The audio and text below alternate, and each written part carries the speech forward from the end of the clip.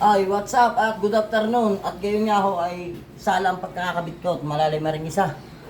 Tuturuan ko kayo ng pinakamabilis na proseso ng pagtatanggal ng tiles. Ganito ho, itutukod nyo po ang ulo nyo sa poste. Kung sa ganitong sitwasyon, igagayin nyo ho para hindi kayo ma-out balance. Pagkatapos po, kakalugin yung ganyan. Ayun!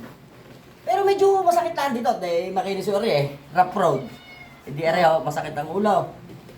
Oh. Ayan, ganito ho. Ay dahil rin mababaw at lubog, bibigyan nyo ho ng kaunti. Yan, bago iayos nyo huli.